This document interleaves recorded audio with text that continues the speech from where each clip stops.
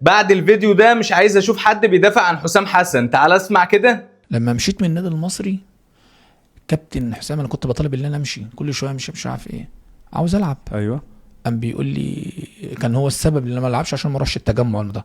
قام مستر كوبر اخدني فين؟ في التجمع في التجمع المنتخب. لما عرف ان انا في التجمع المنتخب قام قال لي ايه؟ شوف لك نادي. كان بيعاند مع اللاعب عشان ما يروحش منتخب بلده لما كان الكابتن حسام حسن ماسك المصري البورسعيدي. اسمع القصه. قلت له شوف لي نادي. خلاص جاي بلغني الساعه كام؟ 1 بالليل. ايه القيد هيقفل يعني؟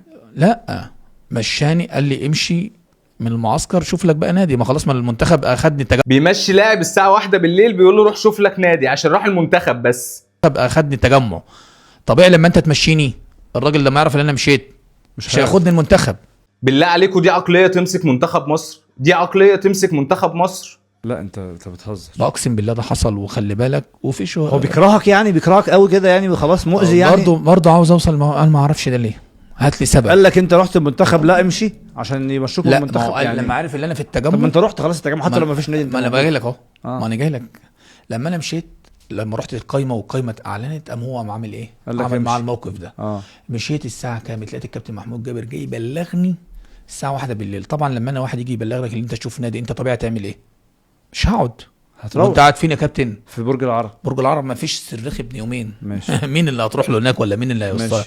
طبعا بتطلب عربيه بتاع. ما طلبلوش. قال لي ما فيش فلوس عربيه يا سيدي بقى اطلع ادفع انت الفلوس. ما برج العرب عشان اوصل لموقف مش عارف اروحه ازاي اصلا. ماشي. وبعدين خدت قرار ان انا امشي. برج العرب حته مقطوعه جدا يعني. برج العرب حته مقطوعه خالص. قرر ان انا امشي.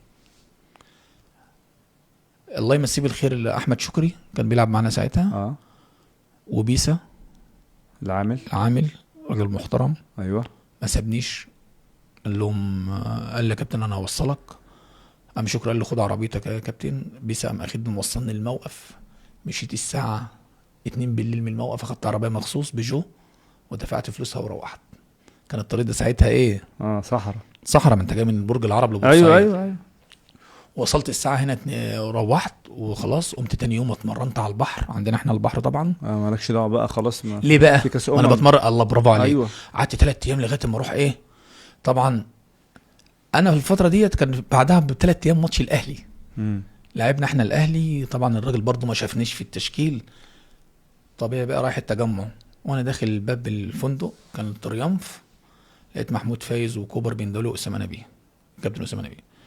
دخلت اللي طلبه انت ما بتلعبش ليه وانت مش موجود ليه مع الفرقه والكلام ده.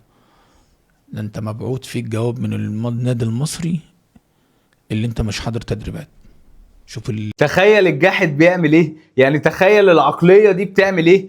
كرش اللاعب من المعسكر وبعت جواب للمنتخب اللاعب متغيب عن التدريبات عشان ما ياخدوش المنتخب عشان ما يروحش المنتخب بس. شوف الظلم وصل لغايه فين. مبعوث فيك جواب من النادي المصري لمين؟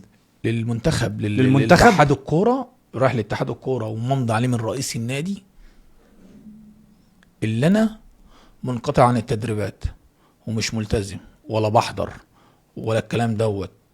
كل حاجه موجوده في الجواب. واقسم بالله ومعايا الجواب. وده ما حصلش. اقسم بالله دي كارثه. ظلم باين. الكابتن حسام حسن اهو عشان محدش يدافع عنه. كارثيه. قصه كارثيه. محدش يدافع عن كابتن حسام حسن بالوضع ده. حصل ازاي؟ انا راجل انا اتاكد بس. انا ماشي. انا راجل ماشي موجود في الفرقه وبلعب وكنت متواجد يعني معاه. في الجواب ده ما حصلش بالكلام ده خالص يعني. وانا برده ومش ملتزم ولاعب بلطجي والكلام ده مش طبيعي يعني. كده في الجواب والله لا مش اللي انا معناها اللي انا ملتزم ومنقطع. ما باجيش يجي التمرين ما بنزلش التمرين. طب انت ايه السبب اللي انت تبعت جواب زي دوت وتضرني؟ وازاي يطلع من النادي المصري؟